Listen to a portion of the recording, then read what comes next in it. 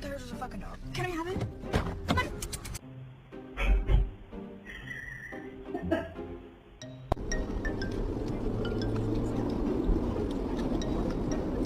Vee!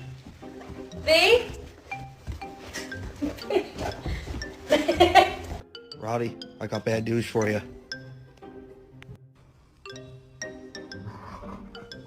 My dog ate a wild mushroom, and we just spent $140 for the vet to tell us she's high.